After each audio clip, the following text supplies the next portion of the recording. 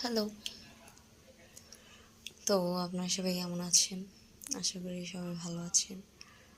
আজকে আমি নিয়ে এসেছি সেই টি-শার্টের থার্ড পার্ট, যেখানে আমি শিউলি ফুলের একটা পার্ট রেখেছিলাম। তো এখন যেই সময় সেটা হলো শিউলি ফুলের বেস্ট মোমেন্ট। এই টাইমে আমরা আগে ছোটোবেলা শিউলি ফুল করে তারপর মালা গাঁথতাম। তো এই শিউলি ফুল আর্ট করতে করতে আমার সেই ছোটোবেলার কথা মনে পড়ে যাচ্ছিল।